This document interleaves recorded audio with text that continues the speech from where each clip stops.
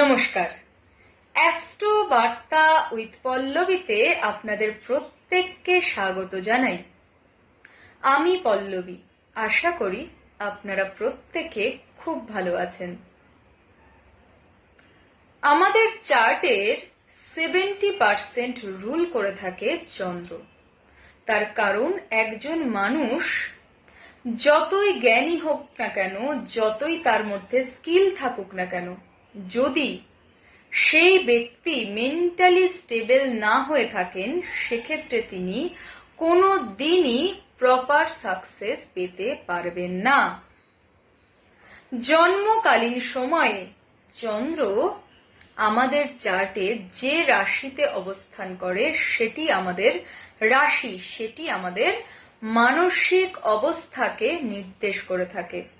জন্মকালীন সময়ে চন্দ্র যেই নক্ষত্রে অবস্থান করে সেটি আমাদের জন্ম নক্ষত্র। সেই নক্ষত্রই আমাদের জীবনের রোড ম্যাপকে ডিসাইড করে। চন্দ্র প্রত্যেক একদিন অন্তর অন্তর এক একটি নক্ষত্র অতিক্রম করতে করতে যায় এবং 54 থেকে 60 ঘন্টার ব্যবধানে এক একটি রাশি পরিবর্তন করতে করতে যায়। বৈদিক জ্যোতিষ শাস্ত্রকে যদি আমরা একটি বড় পথ হিসেবে ধরে নিই, সেক্ষেত্রে 27টি নক্ষত্রকে আমরা অনায়াসেই এক একটি মাইলস্টোন বলতে পারি। এই নক্ষত্ররা দক্ষ প্রজাপতির কন্যা ছিলেন। পৌরাণিক কাহিনী অনুযায়ী আমরা সেই কথা জানতে পারি। দক্ষ প্রজাপতি চন্দ্রের সাথে তার 27 জন কন্যাকে বিবাহ দিয়েছিলেন। সুতরাং এই 27টি নক্ষত্রের প্রত্যেকেই আসলে চন্দ্রের সঙ্গিনী। তবে এই 27 জনের মধ্যে চন্দ্র সব থেকে বেশি পছন্দ করতেন রোহিণী নক্ষত্রকে। এই রোহিণী নক্ষত্রে স্বয়ং শ্রীকৃষ্ণ জন্মগ্রহণ করেছিলেন। রোহিণী নক্ষত্রে যারা জন্মগ্রহণ করেন তারা সাধারণভাবে অত্যন্ত নান্দনিক মানসিকতার মানুষজন হয়ে থাকেন। এদের ব্যক্তিত্বে আমোঘ আকর্ষণ লক্ষ্য করা যায়। এরা অত্যন্ত সুন্দর দেখতেও হয়ে থাকেন। আবার যারা রেবতী নক্ষত্রে জন্মগ্রহণ করেন তারা অত্যন্ত আধ্যাত্মিক প্রকৃতির মানুষজন হয়ে থাকেন।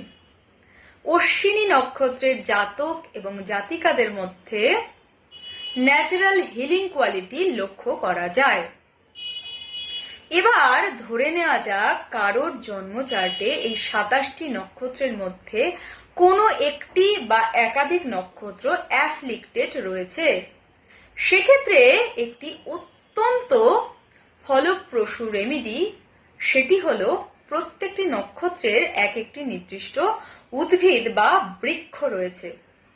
আপনাকে নিজের নক্ষত্রের উদ্ভিদটিকে চিহ্নিত করতে হবে যেই নক্ষত্রটি আপনার চার্টে অ্যাফ্লিক্টেড রয়েছে।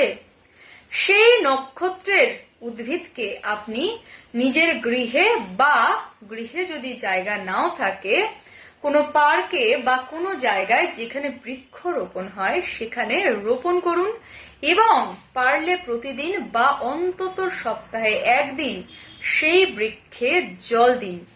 এটি করলে আপনার সেই নির্দিষ্ট নক্ষত্র রিলেটেড অ্যাফ্লিকশন আস্তে আস্তে কমতে শুরু করবে।